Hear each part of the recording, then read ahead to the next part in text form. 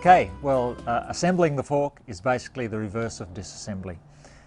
First thing we do is take the damper rod.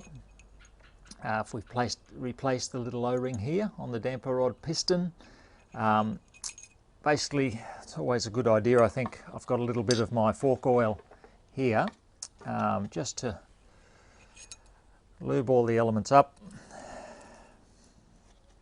so they slide in nicely. Lube them up a little bit, put your little return spring on here, and we'll put that straight down in through the bottom of the fork tube. Shake that through, and then we'll install the seat, the damper rod seat on the bottom of that. Click on there nicely like that. Okay. So I'm just going to put a little bit of oil on the bottom bush. Just oil the tube up a little bit because it's now going into the slider. So we'll take our slider, and this will go right down to the bottom of that. And then what we want to do is install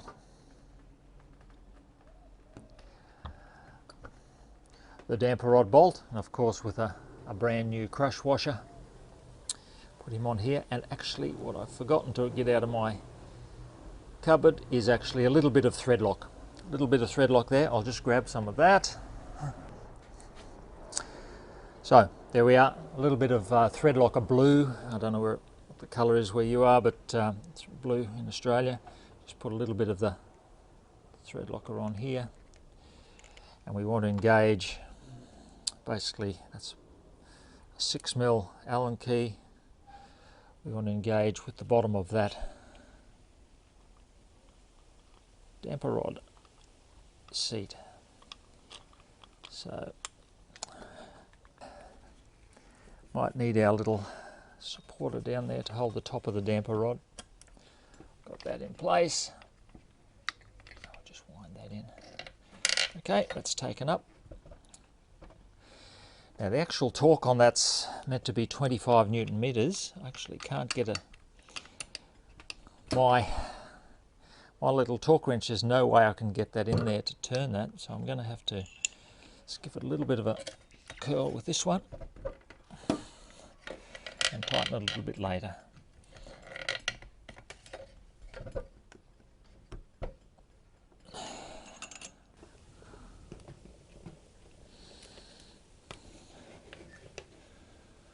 I'll just hold the fork slider here in the soft jawed vise. Just give it a little bit of a turn.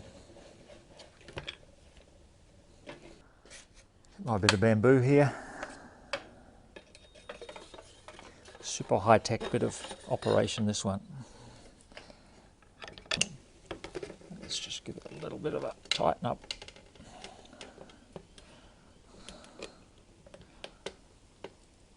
Okay. That'll do us there. So once we've got the fork tube in there, we need to install the little bush. It sits down into its housing, and I'm going to just put a little bit of oil on that so it goes down nicely, taking care not to scratch anything. Now that's got a little recess that it sits down into, their little housing. Going to use a little washer as well over the top. Once again, put a little bit of oil on everything just so it slides and we don't scratch things. Set that down over the top. Now try to have you buy a special tool to sort of jot these down here, but I've got my own little tool here that I've used on a number of bikes, first drive, but a number of BMWs and Hondas, and my old Kawasaki Zephyr from years back. So, and it's simply, if any of you have got a silicon gun, tube of silicon like this, you need something that will slide over the top of the fork tube, yet be bigger, too big to fit through the actual housing there. So you can actually use that to bolt it down in like that. You can actually start to feel when that bush has got itself into place.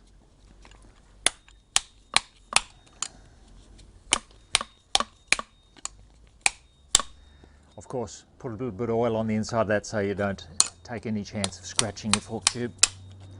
You can actually then remove the washer and just check that that's seated properly. I know, and it hasn't quite seated properly yet, so a little bit more banging to get that one into place. Approximately 10 hours later.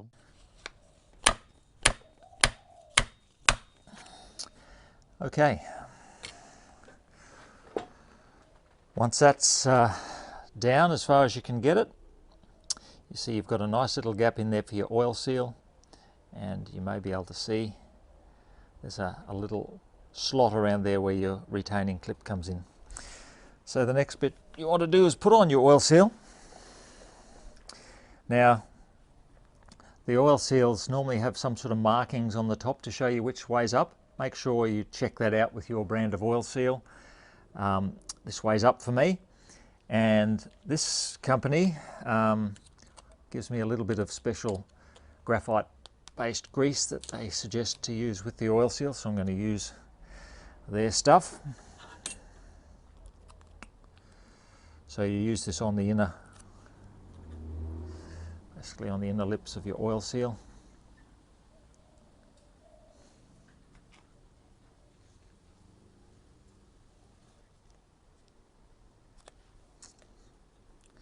Don't be bashful.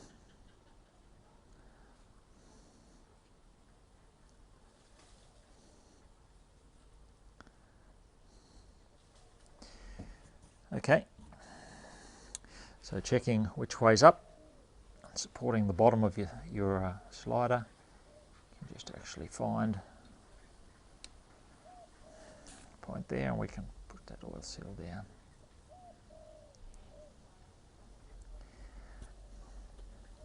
Now you can use the same tool to actually force the oil seal down into place to the point where we can use our little circlip to keep it on.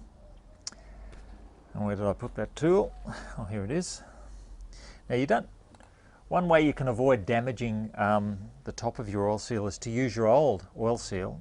You can slide that over the top there. You can use that as a barrier between your good new one and this one. So in the same way, you can just now bang that guy down.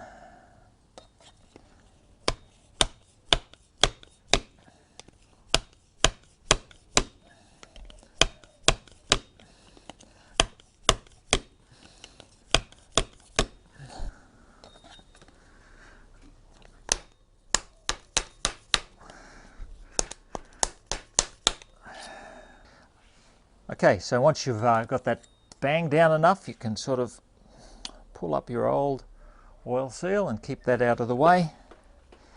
And I guess the important thing to check is if you expose the little groove around on the inside that allows you to place the retaining clip. So that's what I'll do next. I'll get my little retaining clip. I'll just oil it up a little bit, and that goes over the top, down into the groove.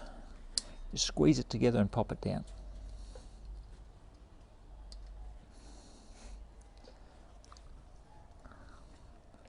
Taking care not to scratch the tube.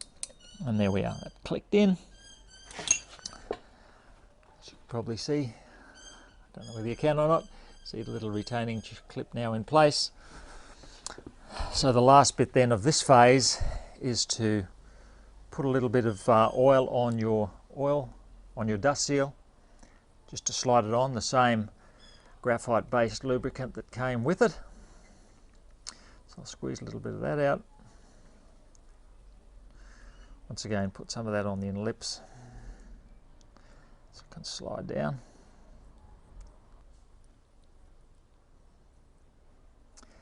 Once you've got that done, just wipe off any excess. Well, it makes it look neater if you wipe off any excess before you slide it on.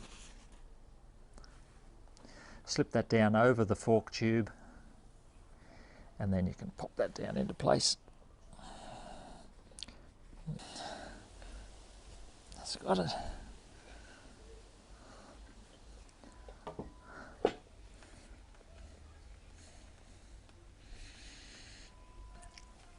You'll feel it as those last couple of the lugs go over.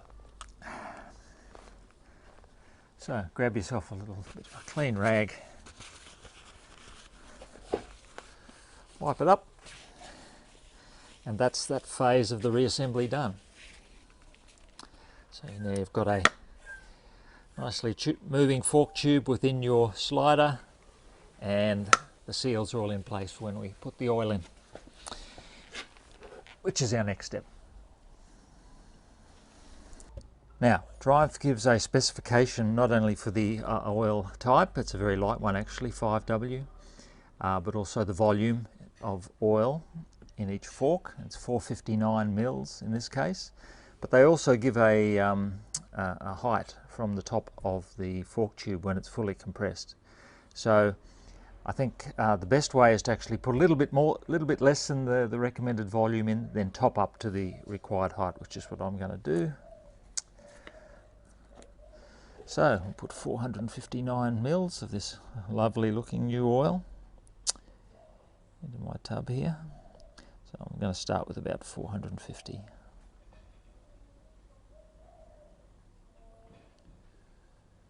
There we go.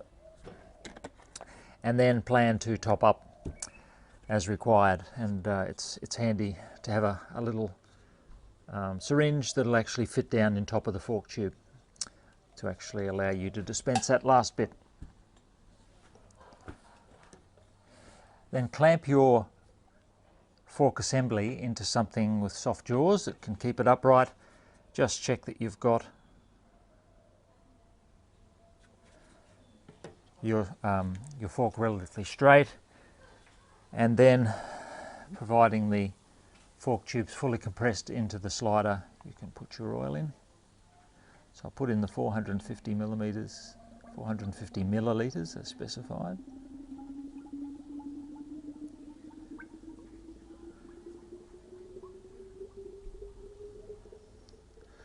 Just let that drain out a little bit.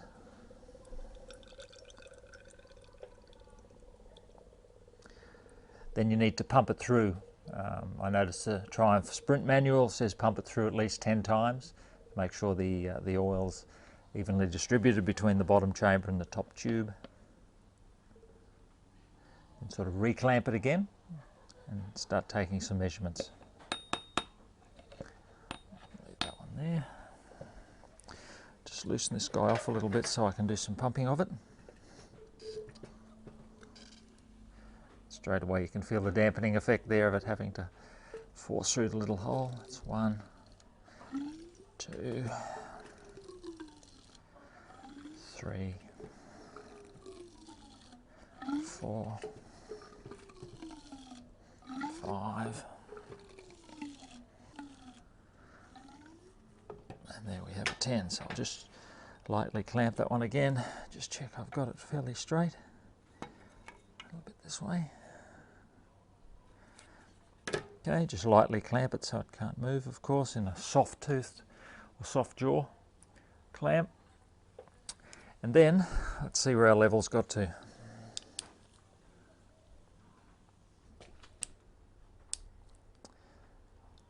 Okay, I think if you use your imagination you can probably see the level of the oil down there. If I measure that now, I can guess that it's considerably below where it needs to be.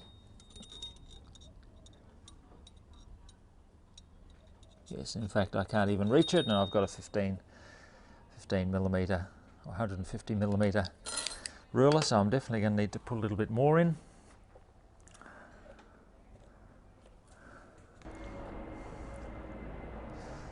So squeeze a little bit more in there.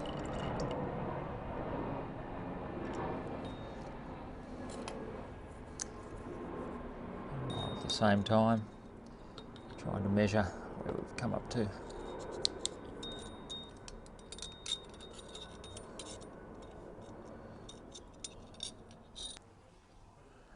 And let's have a look there now. It's 14.5, and I think we're pretty well right on. Pretty well right on. So, job done. Okay, for this next phase you need a capable assistant. Unfortunately, all I've been able to find is my son Heath. I'm only kidding. Heath's a very capable assistant, also known to some of you maybe as famous Brisbane motorcycle photographer and videographer Heathy Big Wheels. G'day. So Heath, can I get you to bend down, just support the slider for a moment. So when we did the level for the oil, we've had the fork tube fully down. So for this next process, Heath, I need you to pull that fork tube fully up. That's it. Right up. Keep going. Just further. Just pull it right up. Oh, that's it.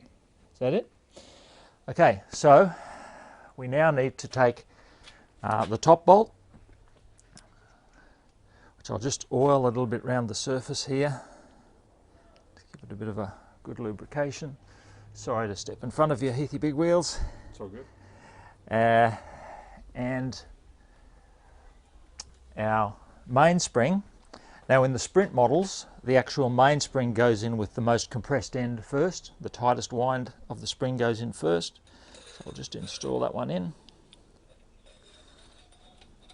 That's it. On top of that, we put the spring seat with the flat side against the spring. That's good. Yeah, pull it right up as high as you can. Yep. There. And the slider goes in on top of that. And last but not least, my little set here to actually compress in our top bolt. So the challenge here is why I need Heath to help me, is to hold that top tube as far up as possible. If that was to be compressed down, then I'm actually fighting against an even stronger spring compression to do up this top bolt. So what I need to do is compress this down and at the same time turn to get that top bolt started. So if I can get it started and keep the downward pressure,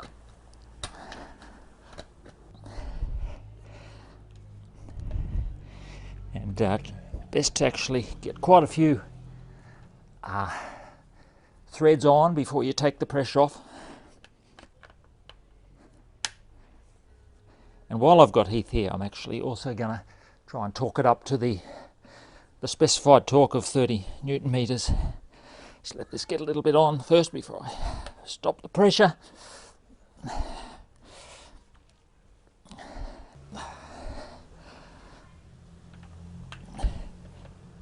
Okay, that's about as tight as I can do it by hand. Heath, hold it for a little bit longer. I'm just going to grab my torque wrench. Here it is, which I've already preset to 30 Newton meters. We're going to see if we can do this guy up. So you might need to see how we go. You all right? Yep.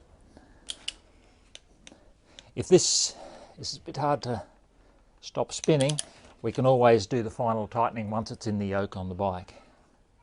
A bit hard. Yeah, it's just spinning. Okay. Okay, let go. Okay, well, we're having a bit of trouble holding that one. I should have got a much stronger assistant.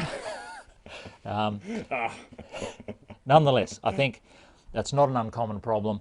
Once the actual fork tube is clamped in the actual yokes on the bike, it's much easier to actually to stop it turning and tighten that one up. So thanks very much, Heath. No worries. Okay, thanks, mate. So that's it, Heath. That's the fork done. Okay, so the forks are all ready to go on.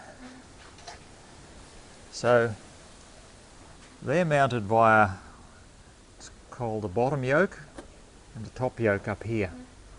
So each of those on this sprint model have got a single clamp bolt that's torqued up to 20 Newton meters. and then there's another bolt here that actually steers that holds the clip-ons onto the headset frame here. That's I think about 22 Newton meters. So, time to start putting the bike back together. First thing, get the forks installed.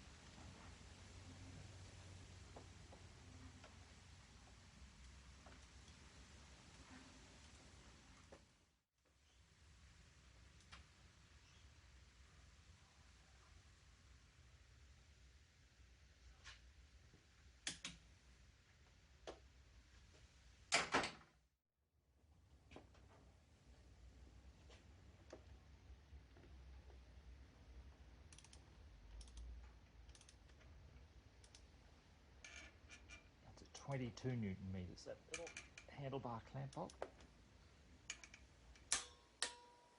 Yeah.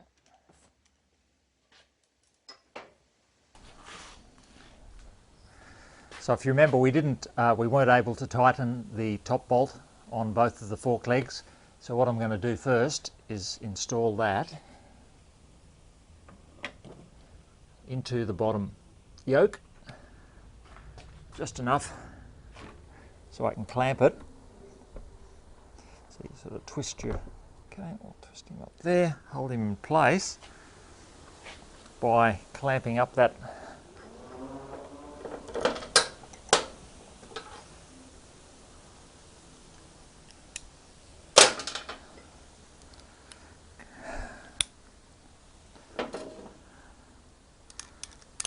just hold him in place by tightening up that bottom clamp on the bottom yoke clamp.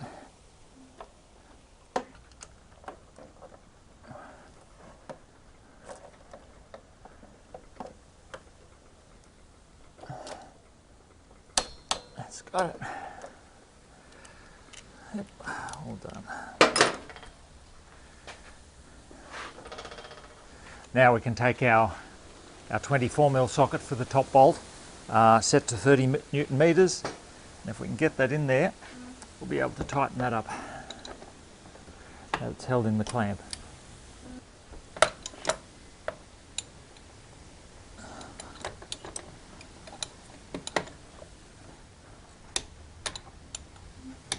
There we go. Done.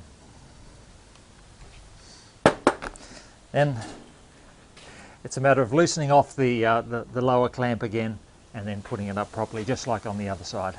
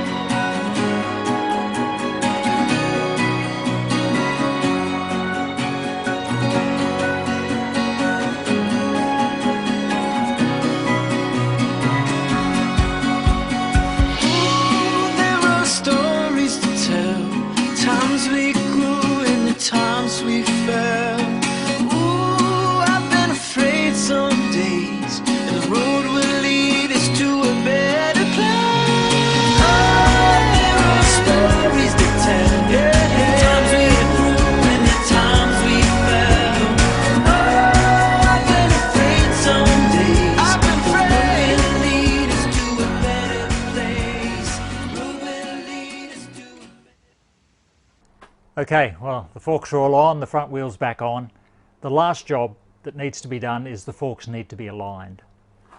So to do this, you need to get the weight onto the front wheel of the bike and have the bike upright.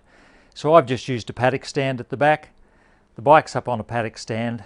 And what we really need to do is get everything floating at the front, and I'll show you how to get a very easy way to get the bike to sort of self-align. And it's a relatively simple process anyone can do. So what we need to do is leave the top yoke clamps done up tight, and the headset bolt here, we want to loosen that off at least a full turn. Then we go down to the bottom yoke clamps, we'll loosen those off. If we had the mud guard on here, we'd loosen the mud guard clamps off, loosen the caliper bolts, come around this side, loosen the front axle bolt and these two guys at the front and the caliper bolts here. And then effectively then, once we're there, we just put some load several times on the whole front end, and everything will self-align. And once it's done that, then we tighten them all up again. So I'll head off now and undo all these bolts, and then I'll show you how to do the self-aligning. Okay, let's loosen.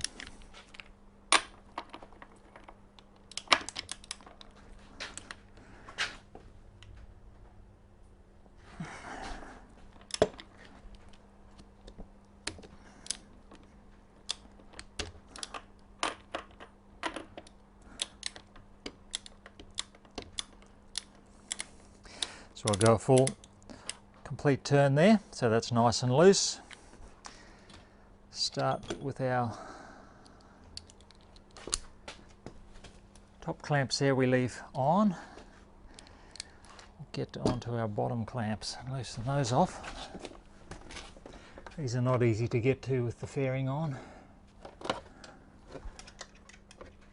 Basically I'm using a little hex head and a ring spanner to get up there and then loosen these off. That's got him. So these have to be loose enough so they can float.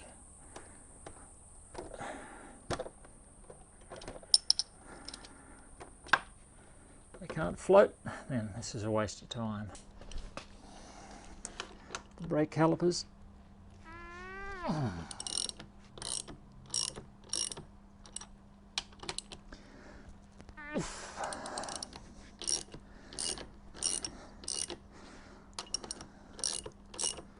All good. And on the other side.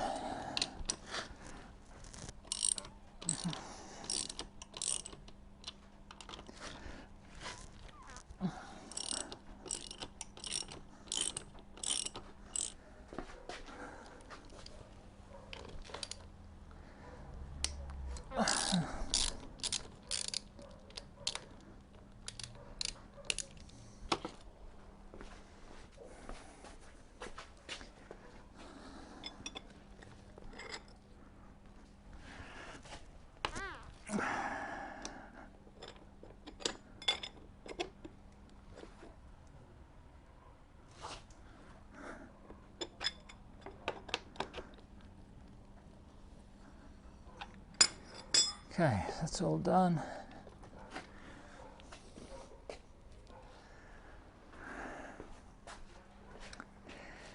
Okay, so everything's loosened off. The next step is to get up on the pegs, make sure your paddock stand is secure and the bike is straight, at least by eye.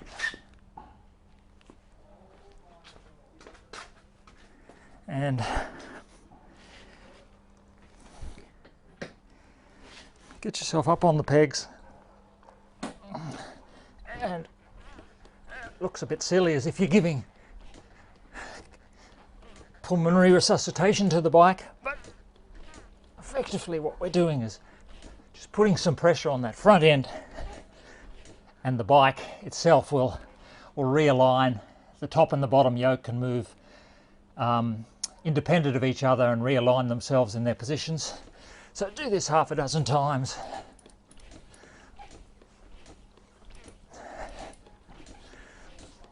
Much weight as you can put on it.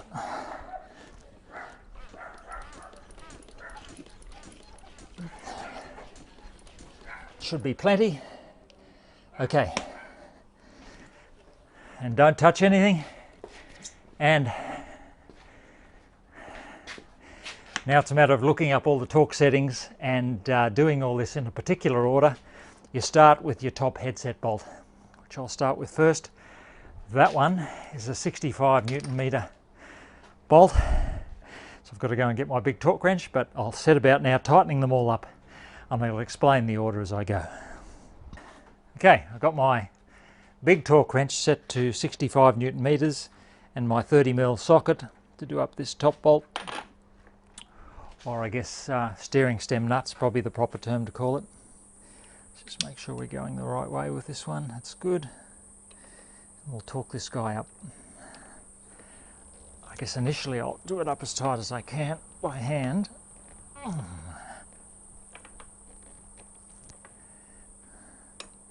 Actually, you know what I'm going to do? Everything just hand tight. I'm going to do everything just hand tight, and then I'll come back and torque it up after that. I think that's a much better way to do it. That's a much wiser way to do it, actually. So I'll just tighten this guy up, sort of hand tight.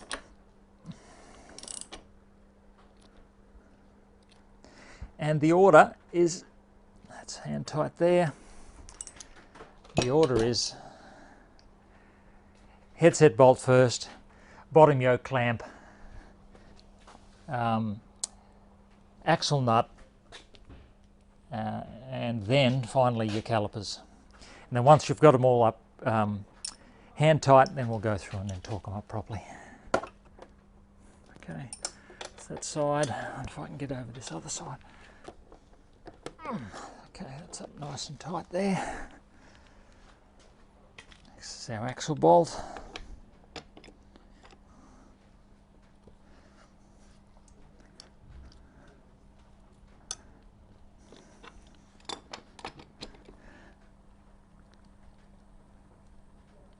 There we go. That'll do for now. 6mm hex heads.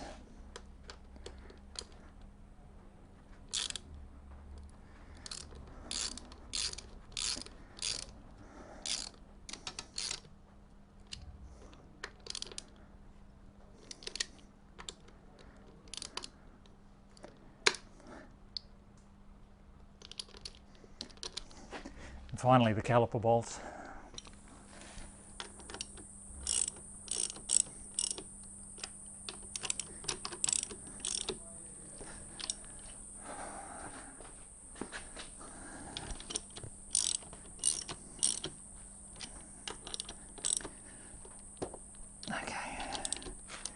Okay, so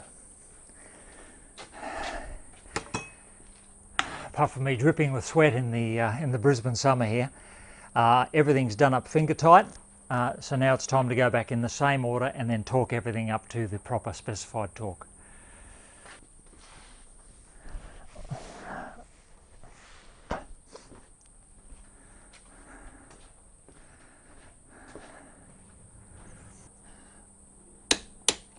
That's it. These are 20 Newton meters, but I can't actually get a torque wrench into here, so these are going to be just done by feel.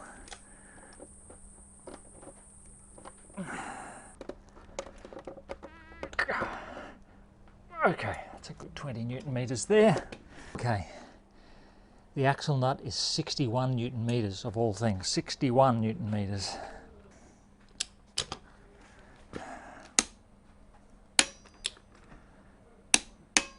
$61 already.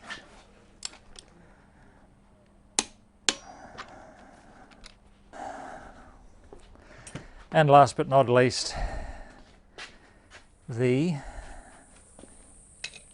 caliper bolts, which are 40 Newton meters. So, okay, let's torque these guys up and we're done.